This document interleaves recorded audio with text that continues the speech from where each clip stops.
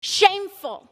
The greed of that fight is wrong for crumbs for our family. According to BusinessInsider.com, Representative Alexandria Ocasio-Cortez of New York will only be given 60 seconds to speak at the Democratic convention next week. This is obviously a snub when you consider the fact that the Democratic Party has given speaking positions to Republican Ana Navarro, Republican John Kasich, and essentially made up their mind at the very last second to give her any time at all. And instead of completely snubbing her, they only gave her 60 seconds.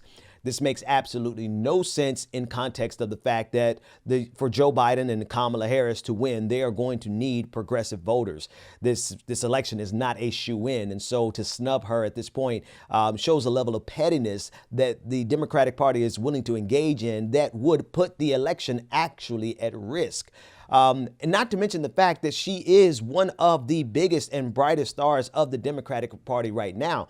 And perhaps that's the reason the Democrats don't want to actually give her an opportunity to speak, because they fear that she will have an Obama 2004 moment where she would be catapulted even further onto the national stage and her position in the Democratic Party would be solidified even more.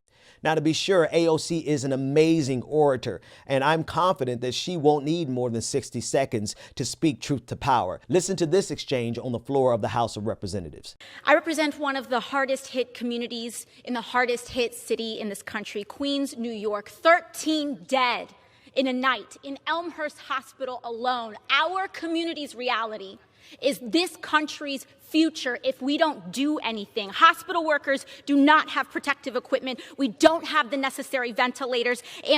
But we have to go into this vote eyes wide open. What did the Senate majority fight for? One of the largest corporate bailouts with as few strings as possible in American history. Shameful. The greed of that fight is wrong for crumbs for our families. And the option that we have is to either let them suffer with nothing or to allow this greed and billions of dollars, which will be leveraged into trillions of dollars, to contribute to the largest income inequality gap in our future. There should be shame about what was fought for in this bill and the choices that we have to make. Last night on Twitter, AOC quoted a poem by Dr. Benjamin E. Mays, quite poignantly, I must say. And she said this: "I only have a minute, 60 seconds in it. Forced upon me, I did not choose it. But I know that I must use it. Give an account if I abuse it. Suffer if I lose it. Only a tiny little minute, but an eternity is in it."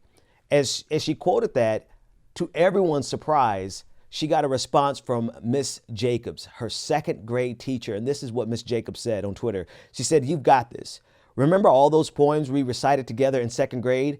It was prepped for this moment. You've got this." I mean, this is one of the most touching moments on Twitter. Hands down, one of the most touching moments on Twitter. AOC said, "Miss Jacobs, is that you? Yes, I do remember the poems we recited in second grade. You prepared me perfectly for this moment. Thank you for teaching me, encouraging my growth, and believing in me as a child."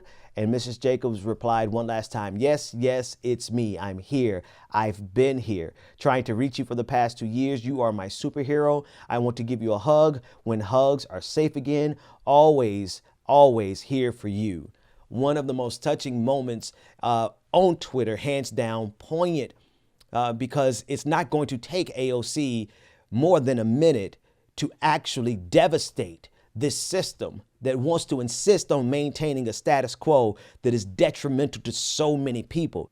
One last detail: at the end of her tweet last night, Representative AOC cited the poem being written by Dr. Benjamin E. Mays, but she also stated that it was previously recited by none other than Representative Elijah Cummings, who passed away in October of last year. Let's listen to him as he quotes it. It's a very simple poem, but it's one that I live by. It says, "I only have a minute, 60 seconds in it.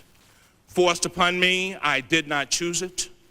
But I know that I must use it, give account if I abuse it, suffer if I lose it. Only a tiny little minute, but eternity is in it."